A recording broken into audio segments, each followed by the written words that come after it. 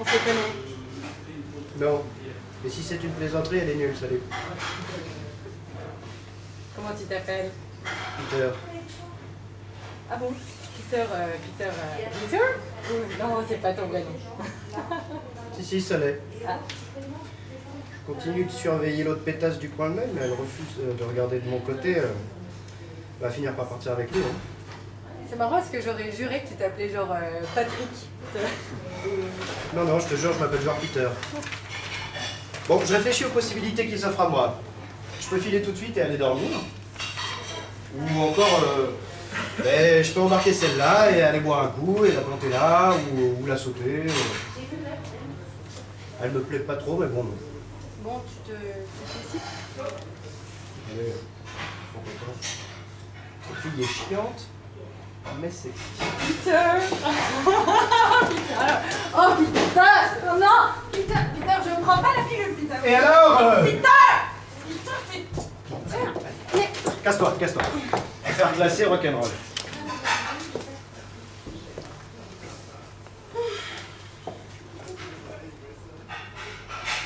Embrassant l'espace humain, j'éprouve en cet instant la sensation d'une discrimination.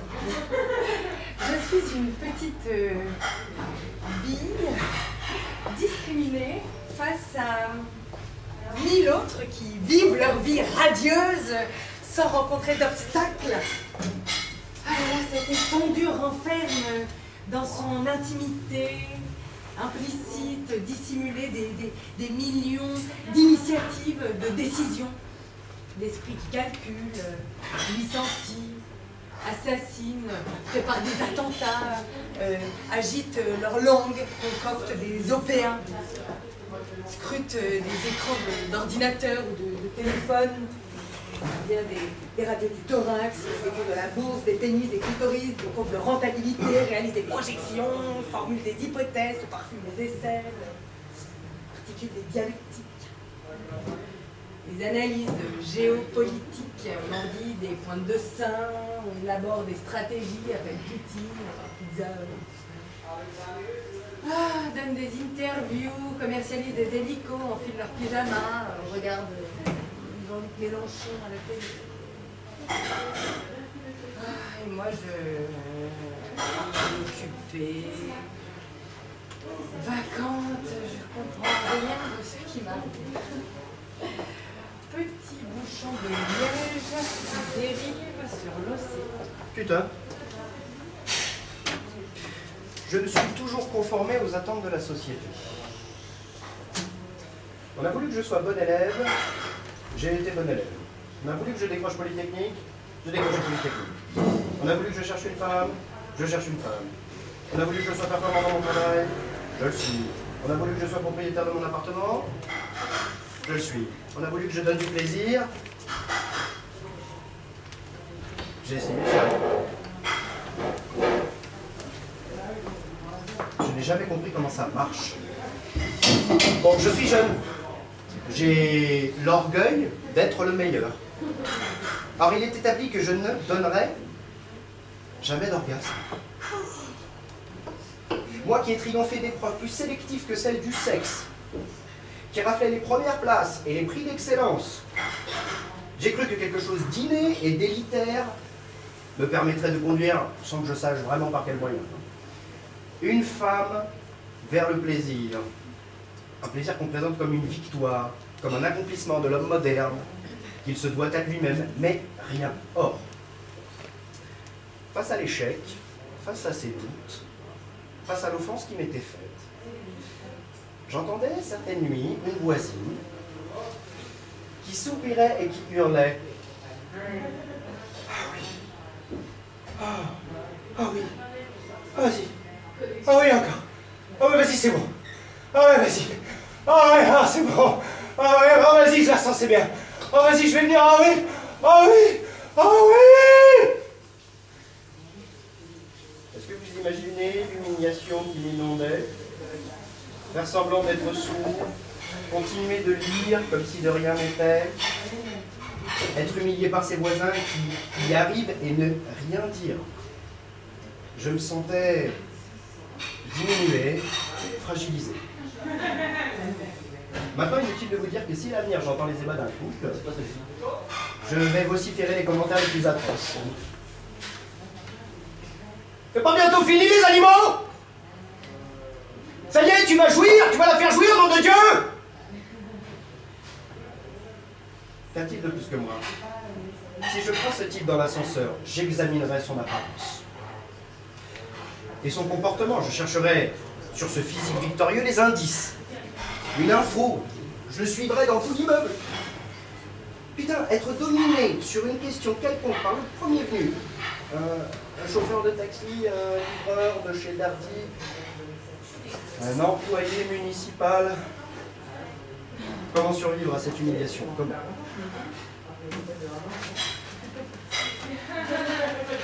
Nul n'est à l'abri, hein. Enfin, c'est un axiome universel. Bon, je pensais pourtant l'être. Je veux dire, à la base. J'ai toujours cru qu'on m'admirait, qu'on admirait ma situation, mes facultés, mon diplôme, mon mode de vie.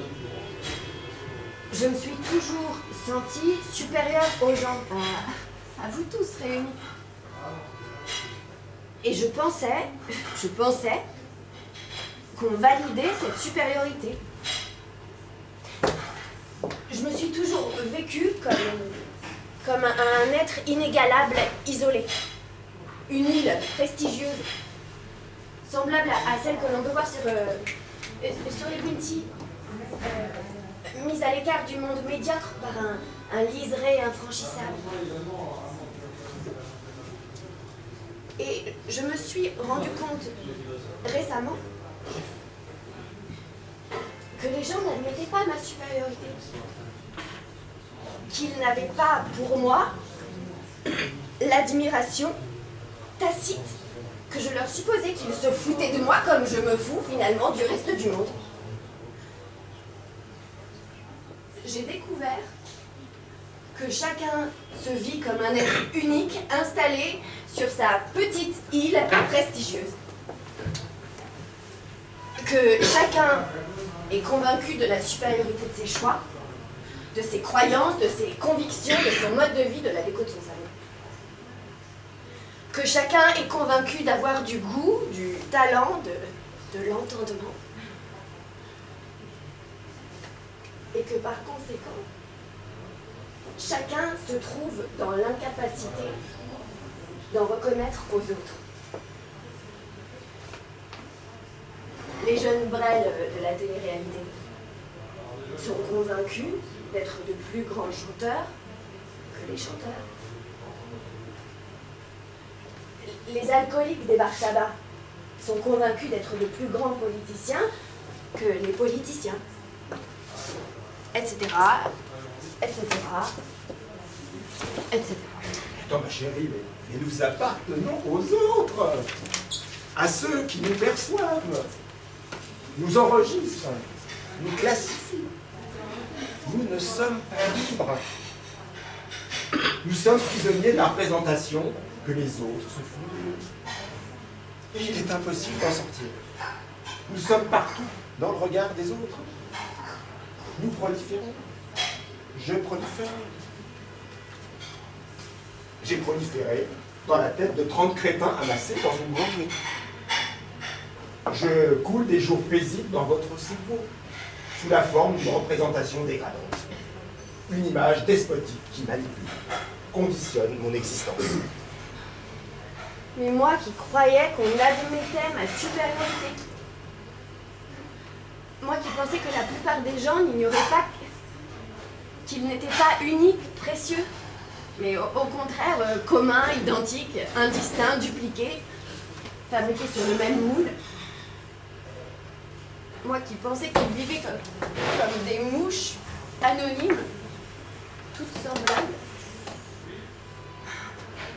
Bref, aujourd'hui, cette multitude de mouches, de ce seul fait qu'elles revendiquent d'être uniques, distinctes, singulières, et d'avoir une identité qui les différencie de leurs semblables, cette multitude est devenue pour contre moi une masse hostile, démultipliée, menaçante.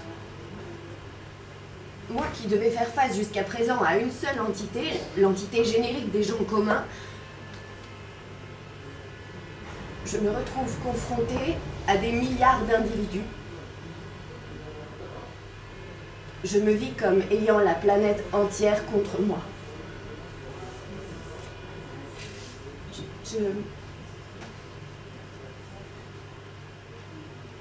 Je ne sais pas si vous saisissez exactement le sens de ce retournement. Une des choses injustes au sujet de l'adultère, quand on compare l'amant à l'époux, c'est qu'on ne voit jamais l'amant dans aucune de ces affreuses et ennuyeuses situations, par exemple, pas à propos de légumes ou de toast trop grillés. C'est vrai? Ben oui. Avec l'amant, le quotidien s'éloigne. La maladie d'Emma Bovary. Pour la femme, dans les premiers feux de la passion, moi je pense que tout amant est Rodolphe. Mon bréviaire, celui-là. C'est quoi ton passage favori? Oh, le plus brutal, ouais, c'est sûr. Quand à la fin, elle court trouver Rodolphe pour lui demander de l'argent, quand elle le supplie de lui donner, juste pour la sauver, 3000 francs. Et qui lui répond: non, je ne les ai pas, chère madame. Oh, Flaubert, c'est un bon guide pour comprendre les hommes. Je ne les ai pas, chère madame. Oh, c'est délicieux. Et il n'y a même pas besoin de 3 hommes pour endurer tout ce qu'elle endure. Généralement, un seul fera l'affaire. Comme Rodolphe, puis Léon, et ensuite Charles Bovary. D'abord, l'extase et la passion, puis avec le temps, le fabuleux amant se corrompt pour n'être plus que l'amant banal, l'amant prosaïque. Oh, devient Léon un pecno. Finalement, la tyrannie du réel commence. Un pecno? Ouais, un plouc, provincial. Assez gentil, assez séduisant, mais pas précisément un homme de valeur, sublime à tout égard et sachant tout. L'homme, autrefois parfait, est un méprisable raté. On pourrait le tuer. Ah, la réalité l'a emporté sur le rêve. Et moi, des deux, lequel je suis? Je dirais, quelque part, entre un Rodolphe et un Léon. C'est la dégringolade, non? Sur la pente qui mène à Bovary. Ouais, c'est pas mal vu. Quelque part entre le désir et le désenchantement dans le long plongeon qui mène à la mort.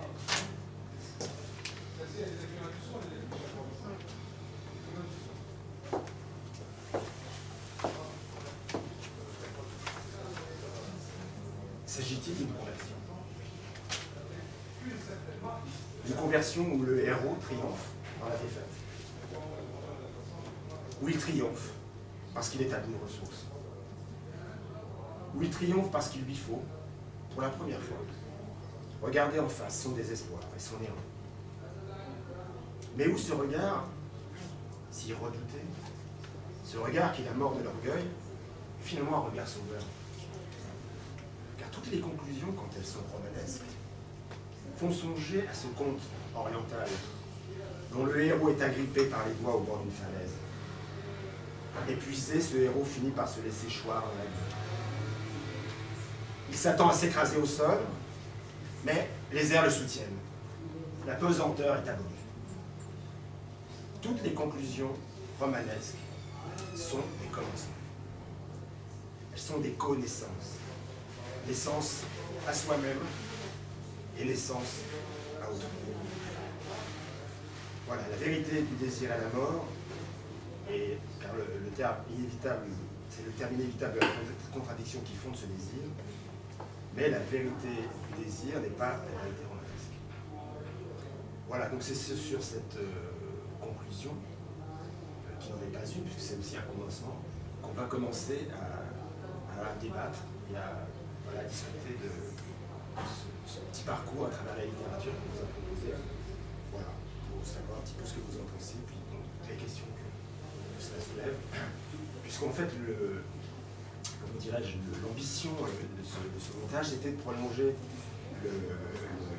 le propos de Girard qui s'arrête à Dostoïevski, et donc de continuer Dostoïevski et de continuer à travers un certain nombre d'auteurs contemporains, peut-être que vous avez reconnus, voilà, notamment Philippe Roth, qui est l'auteur avec lequel on achève ce montage. Voilà.